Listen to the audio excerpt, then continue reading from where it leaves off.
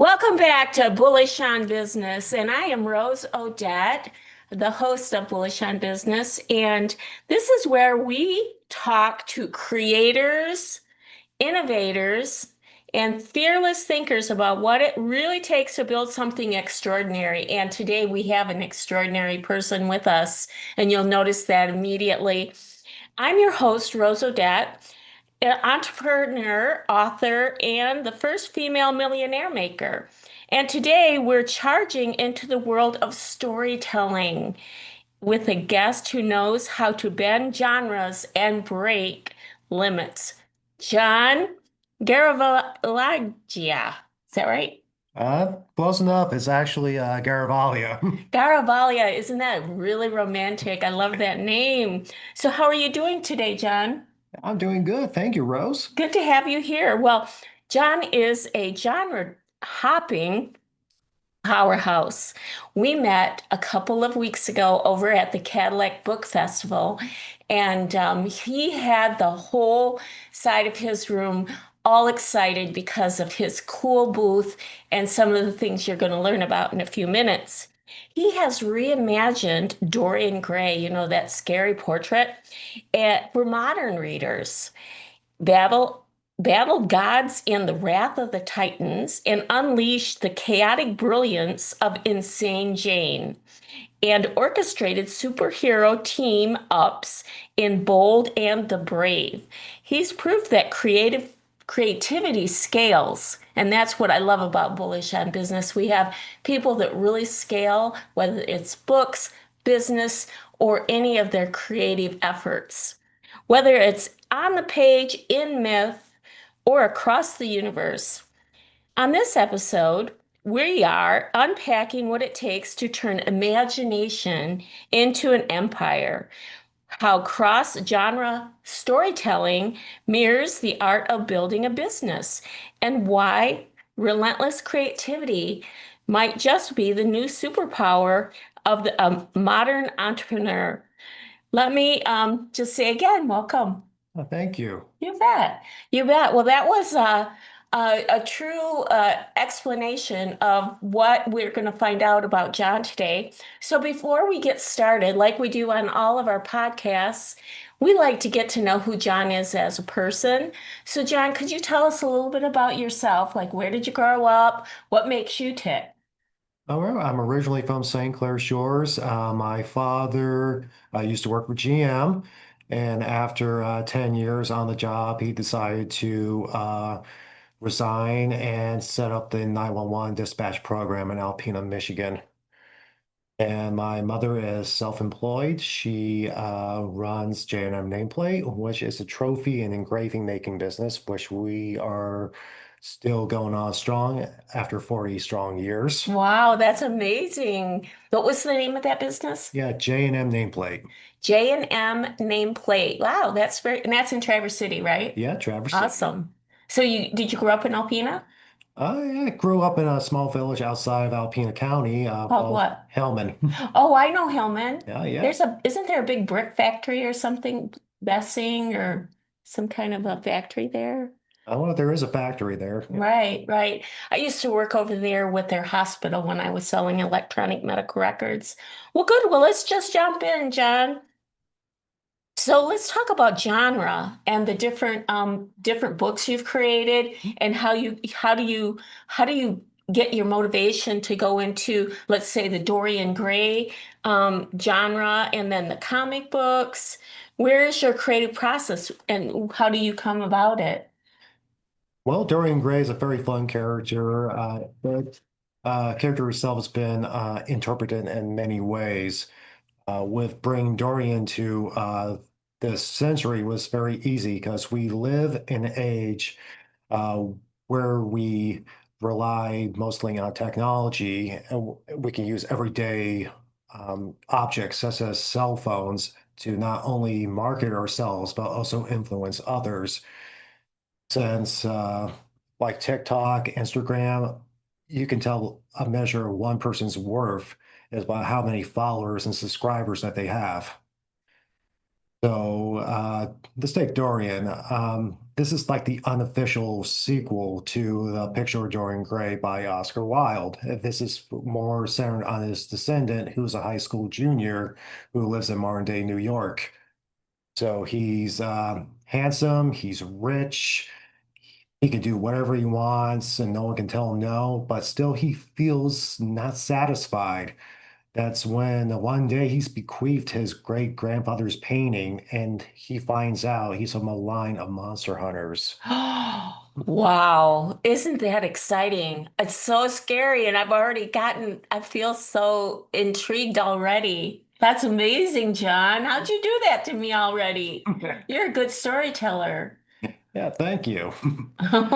Wow. And then you go over to The Bold and the Brave. What's that? That comic. The Bold and the Brave is like a love letter to those old Silver Age comics from DC and Marvel, where we take two characters who don't usually get along or unlikely to team up, and they go out and have adventures. And it's more like those old 80s buddy cop movies. Oh, like Starsky and Hutch. Starsky and Hutch, like Lethal Weapon. Oh, right. You got one who's very straight-laced by the book, and the other is a loose cannon and does the job in his or own way, but end up getting results, but not what we expected. I love it. Oh, I'm so excited. So that's amazing. So you really are reimagining these classics. Dorian Gray is a bold spin off the Oscar Wilde, and he's such a classic. What inspired you to retell the story for the contemporary audience? How did you get your inspiration to do that with Dorian Gray? I can't take all the credit with this new spin because it was originally a comic book miniseries created by my editor, Darren Davis, who's also the publisher of Tidal Wave Comics and also the creator of several of the iconic heroes in that universe, such as the 10th Muse. Let me Okay. just move Yeah, the right camera's there. right up there. Yep. Yep. Very cool. I love it. The 10th Muse. It was Oh, developed by fantastic. him and his brother Scott. And what's this character's name? Uh, yeah, the 10th Muse. That's her name? Yeah, that's her name. Oh, wow. She's Yeah, beautiful. she's the flagship character of Tidal Wave. She was based on Olivia Newton-John in the Xanadu movie. That was an amazing movie. I Yeah, remember when that came out and all the roller skating. yeah. They did a lot of roller skating and Gene Kelly was in it. It Oh, yeah. was a great show. Yeah, very iconic, very cult classic. Exactly. And ELO, Electric Light Orchestra, Oh, was yeah, I love the Electric band. Light. That was just those sounds were just unbelievable. Wow. Yeah. You're just taking me all over the place. So myths and mayhem. With Wrath of the Titans, you dive first head into Greek mythology. What draws you to mythic storytelling, and how do you balance faithfulness to a legend with modern twists? Well, who doesn't like Greek mythology? They were the Parthenon, the original superheroes. You have Heracles, or better yet, we all know him as Hercules, Yes, Perseus, and Jason of the Argonauts. yes. Yeah, and they were like the original archetypes of the superheroes that we read every day. That's so true. They were the original archetypes. You know, I took 3 years of Latin in high school, and so we had to read Hercules's 12 labors, and we read the Iliad and the Odyssey, and we had to translate them from Latin into English. But by doing so, we really dived deep into those stories. And then we got to watch the films, but this is back when Kirk Douglas was, I believe, um, I think it was in Jason and the Argonauts. He played the main character. Amazing. Well, so tell me a little bit more about Wrath of the Titans. Wrath of the Titans. The company that I work for, Tidal Wave, we had a agreement with Ray Harryhausen. For those of you who don't know who Ray Harryhausen is, he is the godfather of stop motion animation. He inspired filmmakers like James Cameron, Steven Ooh. Spielberg, and George Lucas. So he created all these very colossal monsters like the Kraken, Medusa, and Troglodyte. I mean, without him, we wouldn't have movies like Star Wars, and I wouldn't want to live in a world without Star Wars. I hear you, man.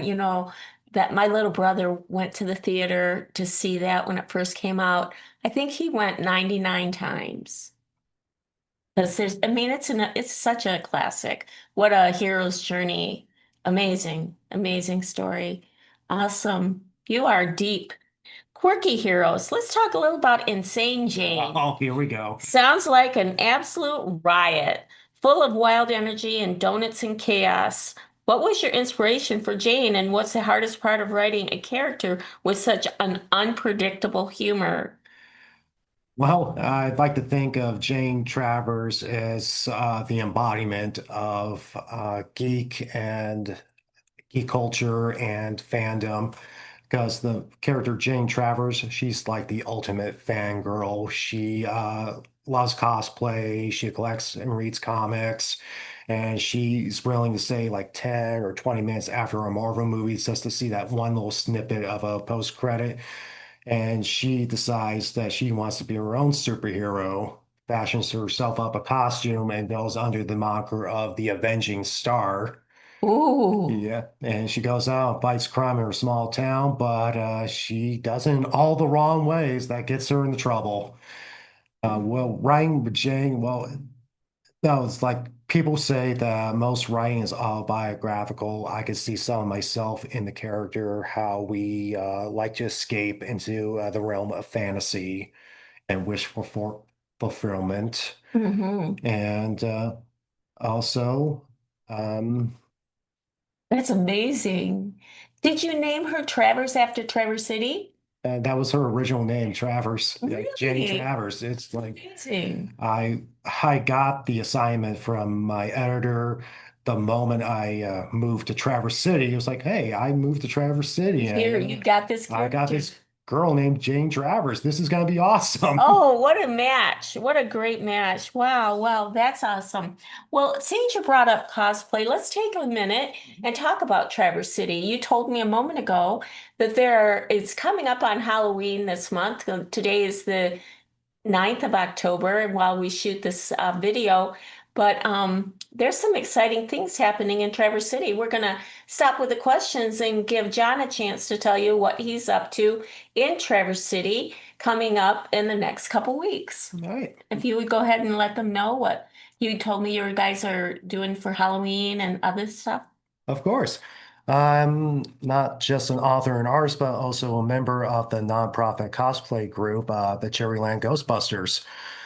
Um, we're an organization that dress up as Ghostbusters. We help raise awareness, help fundraisers, and entertain kids. Uh, we have done charity work for the Walk for Alzheimer's, Toys for Tots, and several others. Uh, one of our events is coming soon on October 25th in downtown Traverse City for their downtown trick-or-treating.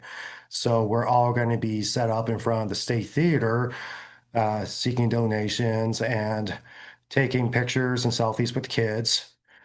And also on Halloween night, we have a Halloween bash happening at the Turtle Creek Casino.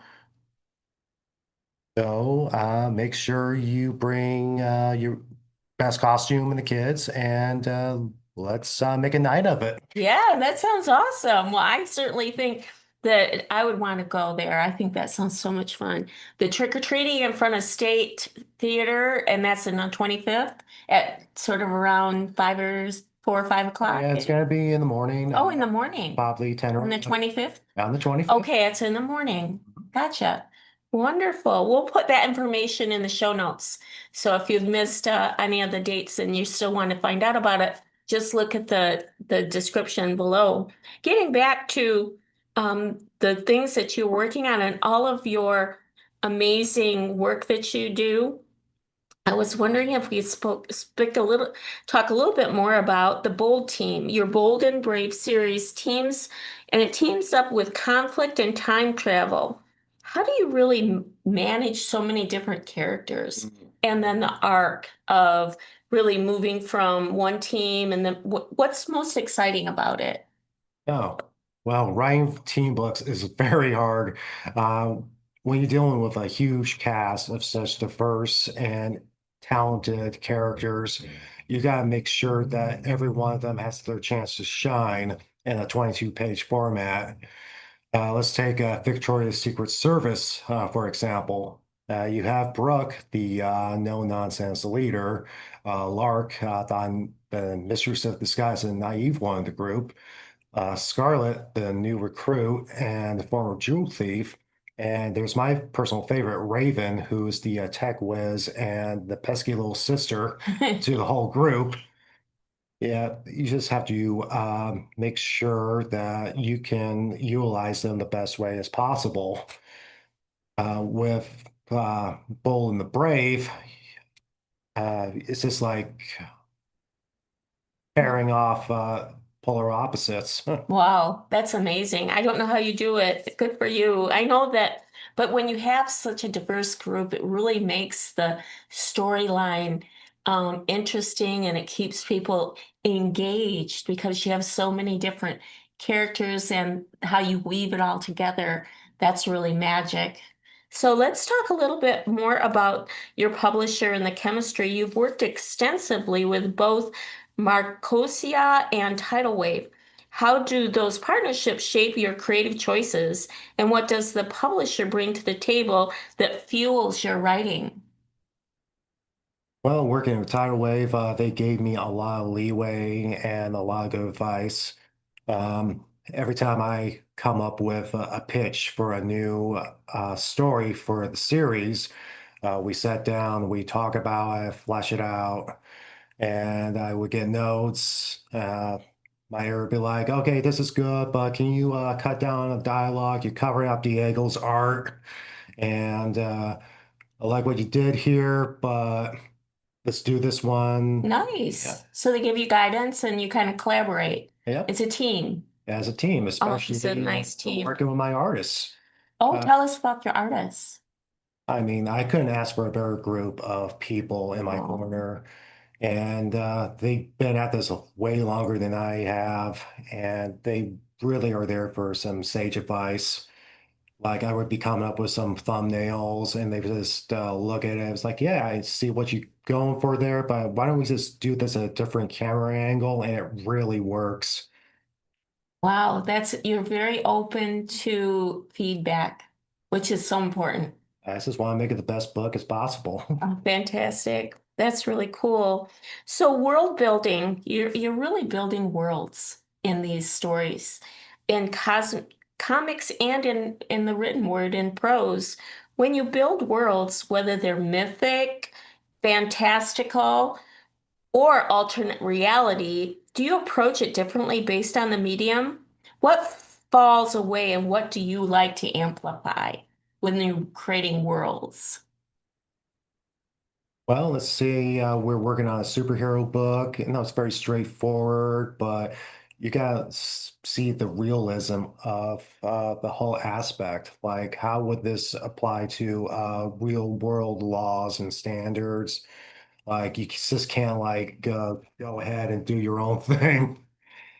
Yeah, sorry. Okay, that's good. I'm sorry for the deafness. Um, no, they're used to it. Yeah, so I don't know what I'm saying. That's okay. So, well, you build worlds, and that takes a lot of imagination to actually build a whole world in a book, whether it's a comic book or prose. Fantastic what you've done there. That's really hard, I would think. Probably very hard. Well, let's just chat a little bit about fantasy. And do you ever blend fantasy with romance? Yes, I've done that several times. In what books do you have romance with your fantasy? Uh, Dorian Gray mostly. it's kind of like a dark gothic romance novel. Mm-hmm. And we talk about the demon hunting, but he's also struggling to maintain his social life Mm-hmm. and try to find connections. Mm-hmm. Yeah, so we brought in Sybil Fane. We all know her from the original book, Yeah. and she's like the reincarnated version of the character from the original novel, and he pursues her. Uh-huh. Yeah. Very cool. Very cool. I know that the romance fantasy is really growing. And so I think that those people out there that like the fantasy romance, you may want to take a look at Dorian Gray because it sounds like there's a little romance in there as well. So, inspiration and influence. I know Ray Harryhausen's name is attached to Sinbad, Rogue of Mars. But what other creators and stories and childhood memories influence your writing across these genres? Who Yeah. influenced you? Yeah, one person right off the bat, Kevin Smith. Oh, yeah. Yeah, filmmaker, writer, and the ultimate fanboy. And if he's watching this, I mean that respectfully. So I was a fan of his movies at such a young age. My grandmother bought me a DVD copy of Clerks, and we sat down and watched it as a family. I was 12 at the time, and well, I wasn't expecting all the language and what they were doing, but I loved it. And I started to watch more of his movies, Mallrats, Chasing Amy, Jay and Silent Bob. I watched Jay and Silent Bob Mallrats more times than I did than his entire catalog. Wow. So I wasn't only captivated by his movies, but his personal story and how he got to be the icon he is today. He grew up watching Star Wars and reading comics. And he risked it all just to become a big success. Good for him. What an Yeah, inspiration. he's very relatable. Yeah, very relatable. Well, before we end the podcast, I was wondering, John, is there anything you'd like to add before we close down this show? Yes, I got some upcoming books. Next summer, I am very happy to announce that my first celebrity biography comic book will be released, and it's going to be about Kevin Smith. Ooh, very cool. Yeah. And also my tribute to Sydney Sweeney. Oh, good. Yeah, and also good news about Bold and Brave. The 10th Muse will be teaming up with a very iconic cartoon character that we all know and love since childhood, Popeye the Sailor Man. Oh, very cool. You are bringing it. Yeah, I am bringing it hard. You are. Wow, fantastic. Well, and is there a chance I can put all that detail in our notes so people can follow you and be ready when you launch those? Of course. Works. Awesome. Well, thank you so much, John, Oh, for coming all the way down here and joining me on Bullish on Business because you really are bullish on books thank you. and the genres that you work in. And I wish you nothing but the best. And I was wondering, in maybe 12 to 18 months, would you like to come back and join me? I would love to. Okay, well, we would love you to be there. So, with that, we're going to say goodbye, everybody. Bye. Have a good one. See you next time.